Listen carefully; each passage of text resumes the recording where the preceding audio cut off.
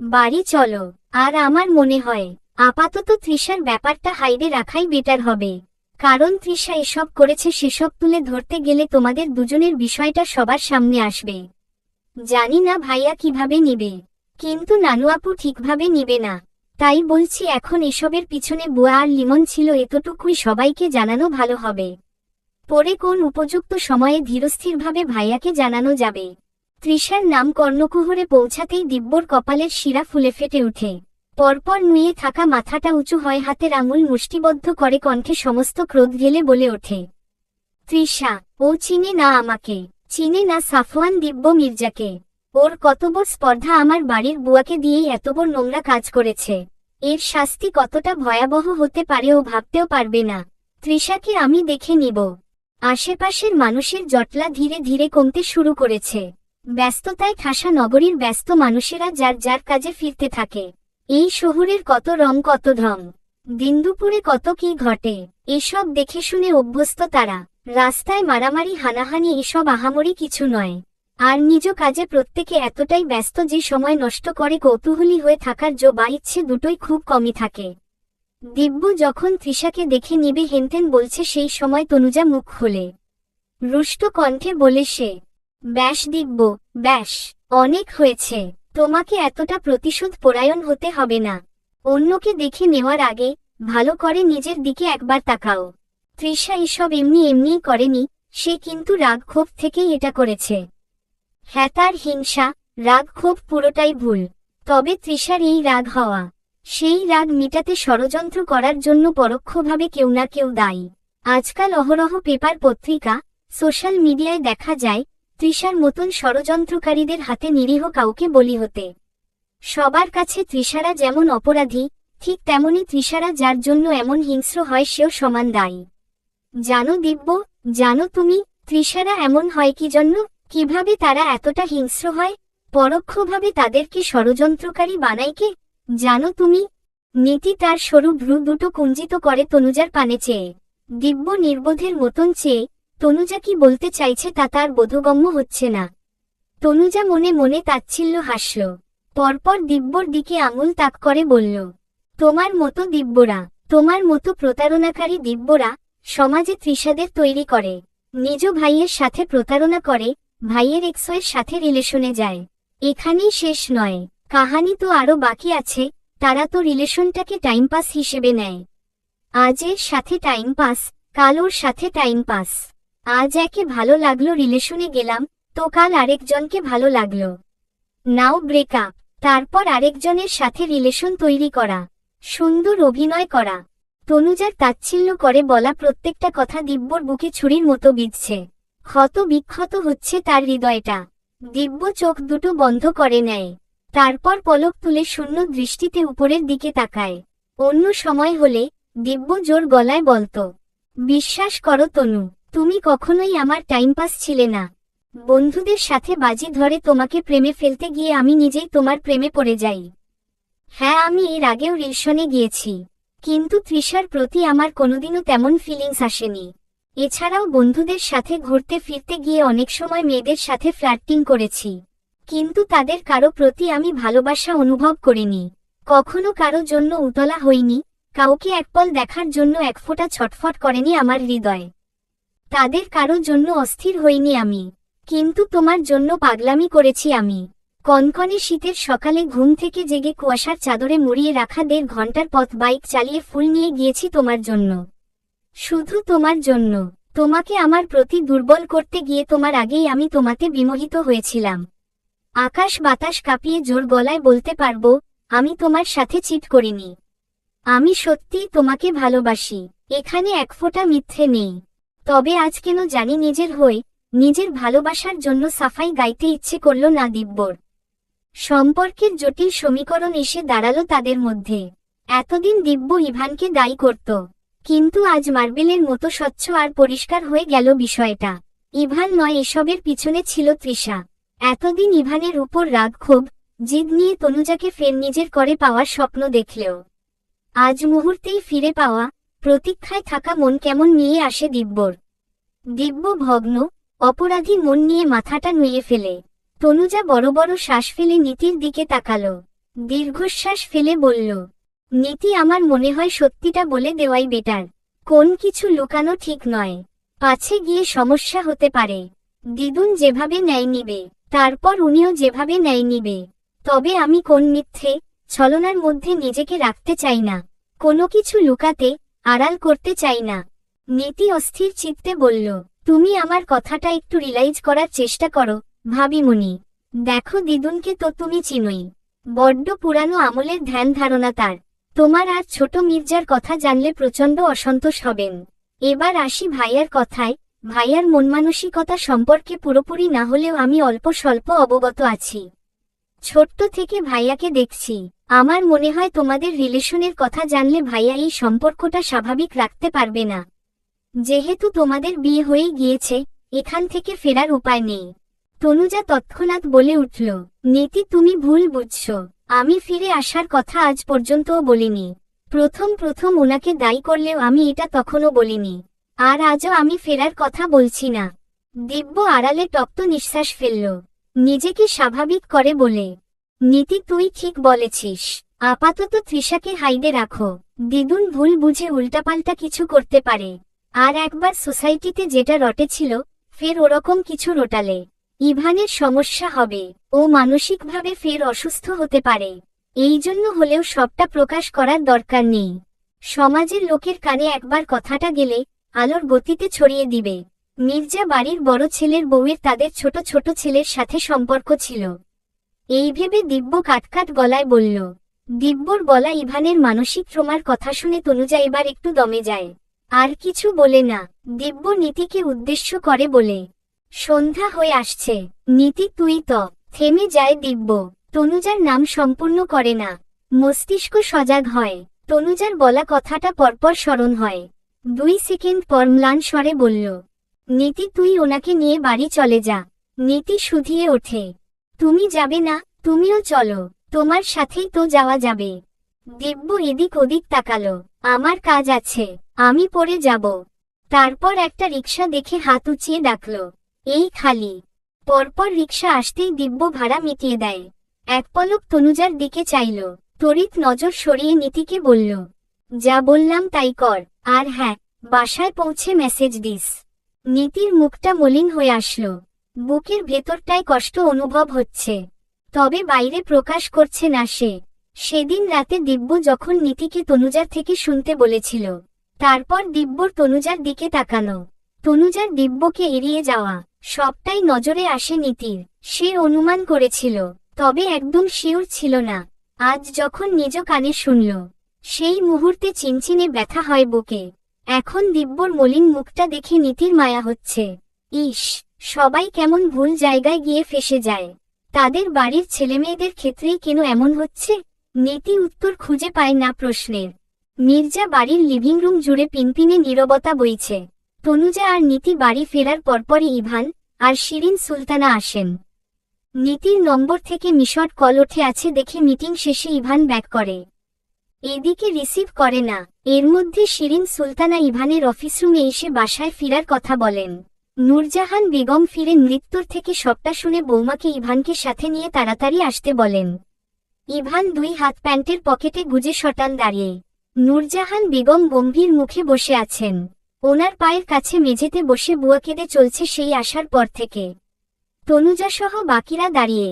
নীতি পরপর সবটা বলে, বুয়া কিভাবে কি করেছে আর কার কথা মতো। নূরজাহান বেগম গম্ভীর গলায় শুধলেন, তা ওই ছেলে, কি নাম যেন বললে? ও হ্যাঁ, মনে পড়েছে, লিমন। তো সে কেন এরকম করেছে? তার সাথে নাতবউয়ের কিসের শত্রুতা? আর নাতবউকে চিনেই বা কিভাবে? তনুজা দৃষ্টি নত করে দাঁড়িয়ে। ইভান কোনা চোখে তনুজাকে পরখ করছে। তনুজার মুখশ্রী ভীতু সন্ত্রস্ত লাগছে। তনুজা কি জবাব দিবে ভেবে পাচ্ছে না। তন্মধ্যে নীতি হড়বড় করে বলে ওঠে, আরে নানু আপু, এখনকার সময় কাউকে চেনা আবার ব্যাপার নাকি? কলেজে যাওয়া আসার পথেই দেখেছে হয়তো। আর ওই ছেলে ভাবিমণিকে প্রপোজ করেছিল। ভাবিমণি ঠাস করে চর মেরে রিজেক্ট করেছিল। সেই প্রত্যাখ্যান মেনে নিতে না পেরেই এই ষড়যন্ত্র করে। এবার বুঝলে? নূরজাহান বেগম ভেতরে ভেতরে একটু খুশিই হলেন, মনেমনে সন্তুষ্ট হন। যাগ্গে নাতবউ চট্টর মেরেছিল, ভালোই করেছিল। তবে উপরে মুখটা গম্ভীর করে রাখলেন। ইভানের মনে কিছু প্রশ্ন জাগছে, তবে এখানে সবার মাঝে তনুজাকে প্রশ্ন করে বিব্রতকর অবস্থায় ফেলতে চায় না সে, আর না তো সবার মাঝে কোনোভাবে ছোট করতে। তাই আপাতত প্রশ্নগুলো মনের এক কোণে ঠেসে রাখে। নূরজাহান ফির জিজ্ঞাসা করলেন, দিব্য কই? সে ফিরল না। ছেলেটাকে কি খুব বেশি মেরেছে? শুধু বেশি? খুব বেশি? কয়েকটা দাঁত পড়ে যাবে আমি শিওর। ঠোঁট কেটে যাতা অবস্থা। ইস, রক্ত টক্ত দেখে শেষে গিয়ে আমার একটু মাই হলো। আর অকালেই বেচারার কয়েকটা দন্ত অক্কা পাবে এই দেখে তো রীতিমতো আমার মায়া হলো। আহারে, এই ফোকলা রে কোন মেয়ে বিয়ে করবে? মৃত্যু সশব্দে হেসে উঠল। নূরজাহান দুই বোনের দিকে চোখ গরম করে তাকালো। নীতি জিভে কামড় দিয়ে থেমে যায়। শিরিন সুলতানা বললেন, মা, তাইলে আমি পুলিশকে ফোন করি, বুয়াকে এসে নিয়ে যাক। এভাবে ঘুমের ঔষধ আর ক্লোরোফর্ম দিয়ে অচেতন করা দণ্ডনীয় অপরাধ। যদি বর্ষর অঘটন ঘটত তখন কি হতো? তাই ওকে সাজা পেতে হবে। সাথে ওই ছেলের নামেও ডায়েরি করব। পুলিশের নাম শুনতেই আবার হাউমাউ করে কেঁদে উঠে বুয়া। নূরজাহান বেগমের দুই পা জড়িয়ে ধরে বিলাপ করতে থাকে।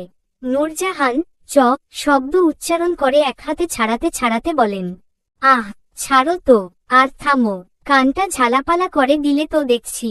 আর এখন কাঁদছো, আগে মনে ছিল না। সেই জন্য কখনো অন্যায় করতে হয় না। আজ না হয় কাল ধরা পড়তেই হয়। স্বচ্ছ থাকতে হয়। আর কিছু হোক বা না হোক, দিন শেষে নিজের কাছে নিজে স্বচ্ছ, আমি ভালো আছি বলে গর্ব বোধ করা যায়। শিরিন মোবাইল বের করে ডায়াল করতে যাবেন, সেই সময় নূরজাহান ব্যগ্র কণ্ঠে বললেন, দাঁড়াও ছোট বৌমা, পুলিশে কল করার দরকার নাই। সবাই বেশ অবাক হয়। নূরজাহান ফের বলতে থাকেন, ওই ছেলের শাস্তি তো ছোট দাদুভাই নিজ হাতে দিয়েছেই। আর বাকি রইল বুয়া। তার ঘরে ছেলে মেয়ে আছে। জেলে গেলে মেয়েদের বিয়ে থা দেওয়া সমস্যা হয়ে যাবে। আর আমাদের দ্বারা কারো ক্ষতি হোক চাই না। তাই পুলিশে দিতে চাচ্ছি না। এক কাজ করো তুমি, এই মাসে যে দিন কাজ করেছে হিসেব করে সেই টাকাটা ওকে দিয়ে দাও। আর এক্ষুনি একে আমার চোখের সামনে থেকে দূর হতে বলো। কোনোদিনও যেন আমার সামনে আর এ বাড়ির ত্রিসীমানায় না দেখি। মৃত্যু চোখে মুখে বিস্ময় নিয়ে বলে, নানু আপু, তুমি বুয়াকে এমনি ছেড়ে দিচ্ছ, তাও আবার টাকা দিয়ে? ও কাজ করেছে, ওটা ওর হক। সেটা তো আমরা মেরে খেতে পারি না। আর ক্ষমা করা খারাপ নয়, তাই ক্ষমা স্বরূপ ও জেল হাজত থেকে বেঁচে গেল। আর ওরা চেয়েছিল ষড়যন্ত্র করে খারাপ করতে, কিন্তু ওদের পরিকল্পনা তো ভেস্তে গেল। আমি আমার দাদুভাইয়ের জন্য লক্ষ্মীমন্ত একটা বউ পেলাম, যা আমার দীর্ঘদিনের স্বপ্ন ছিল। সেই জন্য এই যাত্রায় ওকে ছাড় দিলাম। থেমে যাও, তোমরা রুমে যাও। ইভান দাদুভাই রুমে গিয়ে ফ্রেশ হয়ে নাও। না তো বউ যাও। আর ছোট বৌমা, তুমি দিব্যকে ফোন করে আসতে বলো। আর সব শুনে একটা জিনিস ভালো লাগলো, দিব্য ইভানের জন্য টানটা দেখে। কথায় আছে না, রক্তের সম্পর্ক কখনো ধুয়ে যায় না, পানি কাটলে দুই হয় না। খুব গর্ব করে বললেন নূরজাহান। বলতে গিয়ে চোখ তার চিকচিক করে ওঠে। নীতি হালকা হাসার চেষ্টা করে বলল, যাই, রুমে গিয়ে রেস্ট নিব। মাথাটা ভীষণ ধরেছে। কালকে তো আবার হোস্টেলে ফিরতে হবে। সামনের মাস থেকে সেমিস্টার ফাইনাল। উফ, মাম্মা, আমি আজ এক্ষুনি ঘুমিয়ে পড়ব। তাই ডিনারের জন্য ডেকে প্লিজ ডিস্টার্ব করো না, কেমন? অনেকক্ষণ ধরে নিজের সাথে যুদ্ধ করে সবার মাঝে মুখে হাসি টেনে দাঁড়িয়েছিল নীতি। ওদিকে ভেতরটা আজ তার বড্ড ক্লান্ত। নীতির একলা থাকতে ইচ্ছে করছে। কয়েকটা শব্দ গুছিয়ে সুন্দর করে মিথ্যে বলে রুমে চলে যায়। হ্যাঁ, তবে এটা সত্যি, কালকে সে হোস্টেলে যাচ্ছে। তার ছুটি শেষ। রুমে গিয়ে ক্লান্ত শরীরটা নিয়ে বিছানায় ধপ করে বসে তনুজা। হাত দুটো বিছানায় ঠেস দিয়ে দৃষ্টি মেঝেতে নিবন্ধ করে নিশ্চুপ রয়। ইভান রুমের মাঝে দাঁড়িয়ে শার্টের হাতার কাছের বোতাম খুলতে খুলতে তনুজার দিকে চাইল। দাঁত দিয়ে ডান পাশের নিম্নষ্ঠ চেপে ধরে কিছু পলক তনুজাকে দেখল। পরপর গম্ভীর স্বরে শুধোয়, তুমি ঠিক আছো? তনুজা মাথাটা তুলল। ক্লান্তিতে ভারী হয়ে আসা ঘন পল্লব তুলে পূর্ণ দৃষ্টিতে ইভানের দিকে তাকায়। জনের চোখে চোখ পড়ল। ইভান ভ্রু বাঁকিয়ে বলল, না মানে তোমাকে কেমন জানি লাগছে? অসুস্থ ফিল করছো কি? তনুজা আরেক দফা বিস্মিত হয়। সত্যি তার কেমন অস্থির অস্থির লাগছে। মাথাটা ঝিমঝিম করছে, সাথে কোন কিছুই ভালো লাগছে না। মিহি স্বরে জবাব আসলো, না, ঠিক আছি আমি। ইভান শার্টের বাটন খুলতে খুলতে বলল। ওহ আচ্ছা। ভেতরে থাকা প্রশ্নটা এবার বেরিয়ে আসতে চাইল। ইভান জিজ্ঞাসা করল, আচ্ছা একটা কথা, লিমন কিভাবে তোমায় চিনে? নীতি যেটা বলল, কেমন জানি মনে হলো। তনুজার শ্বাস প্রশ্বাস বেড়ে গেল। জিভ দিয়ে ঠোঁট ভিজিয়ে আমতা আমতা করে বলে, কেমন জানি মানে? কি মনে হলো? ইভানের কপালে খাজ পড়ে। সে বলে, না তেমন কিছু না। আর আমার প্রথম প্রশ্নের উত্তরটা এখনো দিলে না। তনুজা বসা থেকে ঝট করে উঠে দাঁড়ায়। কথাটা এড়িয়ে যায়। মাথা ধরেছে ফ্রেশ হব। পরপর লম্বা পা ফেলে ওয়াশরুমে ঢুকে তনুজা। বেসিনের সামনে দাঁড়ায়। ট্যাপটা ছেড়ে দুই হাতে পানি নিয়ে চোখে মুখে ছিটায়। মুহূর্তেই মুখে থাকা পথের আলগা ধুলো ধুয়ে মুছে সাফ হয়ে যায়। ইস, এমনি করেই যদি কিছু মুহূর্ত আর পুরনো স্মৃতি মুখে জমে থাকা আলগা ধুলোর মতন সাফ করা যেত, তাহলে বেঁচে থাকাটা সহজ হতো, নিজেকে হালকা লাগত। তবে তনুজা দৃঢ় প্রত্যয় নেয় সে নিজেকে দ্রুতই গুছিয়ে নিবে। রাত্রি 11টা পেরিয়েছে। রাস্তার পাশে থাকা ল্যাম্পপোস্টের হলদে বাতিগুলো টিমটিম করে জ্বলছে। ব্যালকনিতে দাঁড়িয়ে ইভান, দুই হাত ট্রাউজারের পকেটে গুজে শটান দাঁড়িয়ে। আজ আর বাইরে যায়নি সে, কেন জানি ইচ্ছে করল না। তনুজা ধোয়া ওঠা কফির মগ হাতে রুমে আসে। রুমে চোখ বুলিয়ে ইভানকে দেখতে না পেয়ে ব্যালকনিতে যায়। দিদুন খানিকক্ষণ আগেই বলেছিল, দাদুভাই আজ বাড়িতেই রাতের খাবার খেলো, বাইরে যায়নি, এটা খুব ভালো। আর এই যে মেয়ে, সব সময় তো দেখি কেমন মুখ ভার করে থাকো। যত অমাবস্যা গ্রহণ যা আছে সব তো নিজের মুখে লাগিয়ে রাখো। স্বামীর সামনে সবসময় হাসি মুখে থাকতে হয়, আর সেজে গুজে তোমার তো এসবের বালাই নেই। আগে দাদুভাই রাতে কফি খেত, কড়া করে বানানো, তা আজ তুমি নিজে বানিয়ে নিয়ে দিবা। আবার আগের মতন হোক সে, ওসব ছাইপাশ গিলার অভ্যেস বাদ ছাদ দিয়ে সুন্দর করে বাঁচতে শিখুক। আরো হেনতেন বলতে থাকে। তনুজা কথামতো কফি বানিয়ে আনে। রেলিংয়ে ঠেস দিয়ে দাঁড়িয়ে ইভান। তনুজা খানিকটা দূরত্বে দাঁড়িয়ে হালকা কেশে নিজের উপস্থিতি জানান দেয়। পরপর কাছে গিয়ে কফির মগ বাড়িয়ে বলল, আপনার কফি। ইভান কিছু না বলে তনুজার মুখের দিকে তাকিয়ে রয়। তনুজা অপ্রস্তুত হয়, ঢোক গিলে বলে, দিদুন পাঠিয়েছে। তনুজার মুখ নিঃসৃত রোবটের মতন শেষোক্ত কথাটা ইভানের কাছে ভালো লাগল না। ইভানের অবচেতন মন কেন জানি শেষোক্ত কথাটায় বিরক্ত হয়। প্রথমে তনুজাকে কফি হাতে দেখে একটু অবাক হলেও শীতল বাতাসের ছোঁয়ার মতন মনের কোণে শীতলতা অনুভব হয়। ইভান হাতটা বাড়িয়ে কফির মগ ধরতে গিয়ে তনুজার আঙুলে ছোঁয়া লাগে। ইভান পরপর কফির মগে চুমুক বসায়। তনুজা রুমের দিকে অগ্রসর হয়। এমন সময় ঠান্ডা গলার স্বর আসলো, রোজ তোমায় কোলে তুলে আমার হাত দুটো ব্যথা হয়ে গিয়েছে, তাই বলছি সোজা বিছানায় শুয়ে পড়বে। তনুজার দুই গাল লজ্জায় লাল হয়ে যায়। কান দিয়ে উষ্ণ ধোয়া বেরোয়। সে কি ইচ্ছে করে এমন করেছে নাকি? জাগতে গিয়েই তো কাল চেয়ারে ঘুমিয়ে পড়েছিল। তনুজা লম্বা পা ফেলে রুমে চলে যায়। ইভান ছোট করে কফির মগে চুমুক দিয়ে আকাশপানে তাকায়। সে ভাবতে থাকে কি করবে, জীবনটাকে সবার মতো গুছিয়ে নিবে কি? আগে তনুজার সাথে কথা বলা জরুরি। মেয়েটা আসলেই লাজুক, নাকি ভেতরে রহস্য আছে কোনো? মেয়ে মানুষকে বিশ্বাস করতে ইভানের বড্ড বেশিই ভয় হয়। আবার যদি সে ঠকে যায়। এখন যেভাবে চলছে জনের মতো দায়িত্ববোধ আর লোক দেখানো, সব জনের কারোরই টান মহব্বত নেই। যা হচ্ছে এই নামে মাত্র বিয়ের দায়িত্ব থেকে। ইদানিং মেয়েটা তাকে আকর্ষিত করে, তবে ঠকে যাওয়া, প্রতারিত হওয়ার ভয় আর হৃদয় বাধা হয়ে দাঁড়ায়। মেয়ে জাতিকে বিশ্বাস করা মানেই চরম ভুল। এই ভুল কি আর একটিবার করবে ইভান? উত্তর প্রস্তুত করতে পারছে না সে। বড় বেশি দ্বিধা আর দ্বন্দ্বে ভুগছে। দুনমনে আছে সে। রাত 1টা বাজতে চলছে। মাত্র বাড়ি ফিরেছে দিব্য। মা ফোনের পর ফোন দিয়ে অতিষ্ঠ করে ফেলেছিল। অবশেষে বাধ্য হয়ে কেবল আসলো সে। ডিনারের কথা বলতেই সোজা, খাবে না, ক্ষুধা নেই বলে দেয়। দিব্য বিছানায় বসে মাথা নিচু করে। পাশে শিরিন কান্না ভেজা চোখ নিয়ে বসে। ছেলের মলিন মুখ দেখে ভেতরটা হুহু করে কেঁদে উঠছে। গিলে নেওয়ার শত চেষ্টা করেও ব্যর্থ হয়। চোখ বেয়ে ঝরঝরিয়ে অশ্রু গড়িয়ে পড়ছে। আচমকা দিব্য মায়ের কোলের উপর মাথা রেখে শুয়ে পড়ল। দুই হাতে কোমর জড়িয়ে পেটে মুখ গুজে বলল, মাম্মা আমায় একটু আদর করবে? আমার না ভীষণ কষ্ট হচ্ছে, আমায় একটু আদর করো না মাম্মা। ইস, ছেলেটা আজ এভাবে বলছে। ওর ভেতরে কতই না কষ্ট হচ্ছে। শিরিনের ভেতরটা মুষড়ে উঠল, দাঁত দিয়ে ঠোঁট কামড়ে ধরে নিঃশব্দে কেঁদে উঠলেন। হাতটা ছেলের চুলের ভাঁজে চলে যায়। মুখে কিছুই বলতে পারলেন না। কিছু সময় নীরবে কাটে, অতঃপর দিব্য বলে, মাম্মা তোমার ছেলে খুব খারাপ, খুব খারাপ। তার দ্বারা ভালো কিছুই হয়নি। সে যা করেছে সব রং ছিল, কোনোদিন ভালো কিছুই করেনি। তোমার ছেলে বদমেজাজি, রাগী, তারপর বাজে চরিত্রের। আমি খুব বেশি খারাপ তাই না মাম্মা? শিরিন সুলতানা নাক টেনে নেন। দিব্যর চুলের থেকে হাতটা সরিয়ে দুই হাতে ছেলের মুখটা উঁচু করে ধরলেন। কপালে সারা মুখে চুমু দিয়ে বললেন, মোটেই আমার ছেলেটা খারাপ নয়। আমার ছেলে আমার কাছে বেস্ট। আমার সোনা বাচ্চা, আমার আদরের মানিক। আমার বাচ্চা তো খুব ছোট, কতটুকুই তার বুদ্ধি, তাই এই বয়সে একটু আধটু ভুল করলেও সে এতটা খারাপ হয়ে যায়নি। আর তোমার রাগ, জিদে আমি কখনোই বিরক্ত হই না দিব্য। এই এখন তুমি কেমন চুপচাপ মেয়ে আছো, এইভাবে তোমাকে মানাচ্ছে না। তুমি রাগবে, জিদ করবে, তাতেই আমার কাছে তোমায় মানায়।